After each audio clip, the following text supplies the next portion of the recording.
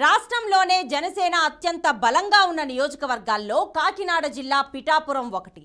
ఇక్కడి నుంచి ఓ దశలో పవన్ కళ్యాణ్ పోటీ చేస్తారు అన్న ప్రచారం కూడా జరిగింది. అయితే ప్రస్తుతం పవన్ పోటీ విషయం పక్కకు వెళ్ళింది. దీంతో ముగ్గురు కీలక నేతల మధ్య జనసేన రాజకీయం తిరుగుతోంది.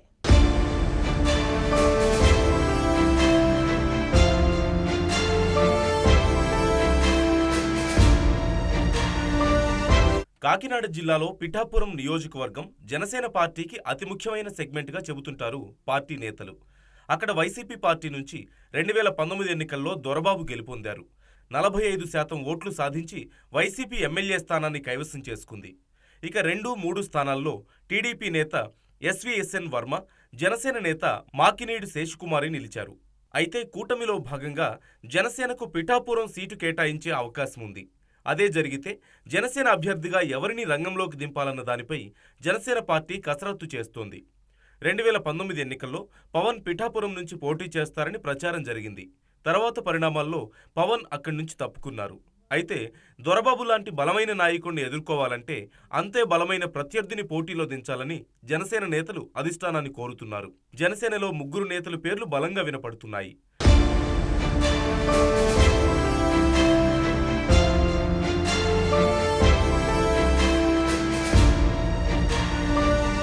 పిఠాపురం జనసేన ఇన్ఛార్జిగా ఉండి 2019లో ఓటమి చెందిన మాకినీడు శేషకుమారిని హఠాత్తుగా జరిగిన పరిణామాల్లో పదవి నుంచి తొలగించారు. ఆ తర్వాత శేషకుమారి పార్టీకి రాజీనామా చేశారు.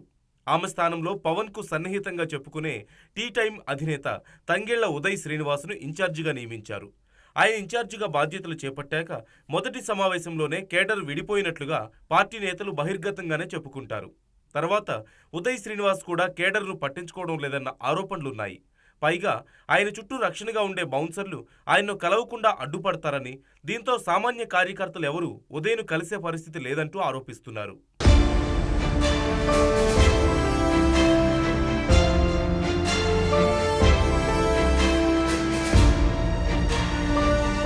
ఇక జనసేన పార్టీ కార్యక్రమాల్లో చురుగ్గా పాల్గొనే వారిలో ప్రముఖ వైద్యులు డాక్టర్ పిల్లా శ్రీనివాస్ ఒకరు. వైద్య శిబిరాలు, ఇతర సామాజిక సేవల ద్వారా ఆయన నిత్యం ప్రజల దృష్టిని ఆకర్షించే ప్రయత్నాలు చేస్తుంటారు. ఒక దశలో శేషకుమారిని ఇన్ఛార్జిగా తప్పించిన తర్వాత శ్రీధర్కు ఇన్ఛార్జి బాధ్యతలు ఇస్తారన్న ప్రచారం కూడా జరిగింది.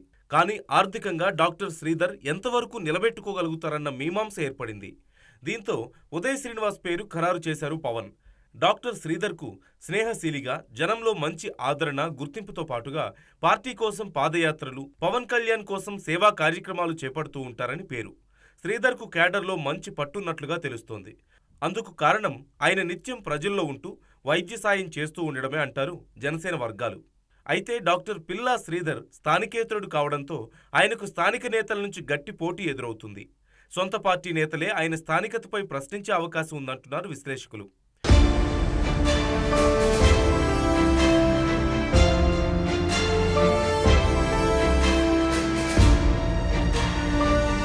ఇక మరో కీలక నేతగా కడారి తమ్మయ్య నాయుడు ఉన్నారు. ఆయనకు విద్యా సంస్థలతో పాటు స్వతంత్ర సమరయోధుల కుటుంబానికి చెందిన వ్యక్తిగా మంచి గుర్తింపు ఉంది. రాజకీయ పలుకుబడితో పాటుగా అర్ధబలం, అంగబలం పుష్కలంగా ఉండడం తమ్మయ్యకు కలిసొచ్చే అంశం.